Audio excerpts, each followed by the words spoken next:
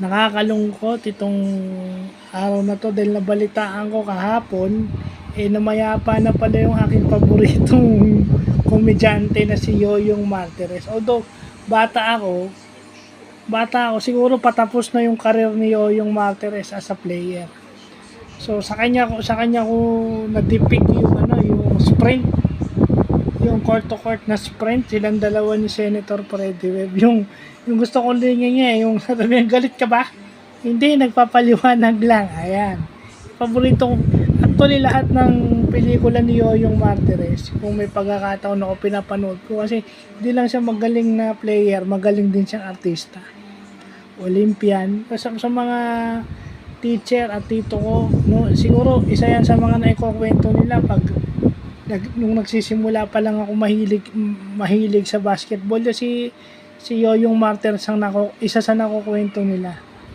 Isa yan sa mga pioneer ng Philippine basketball at ng PBA.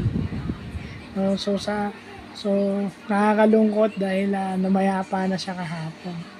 So to the family of Yoyong Martirez, condolence po. At kay Idol Yoyong, sana masaya ka na ngayon kung saan ka na. So yun lang po.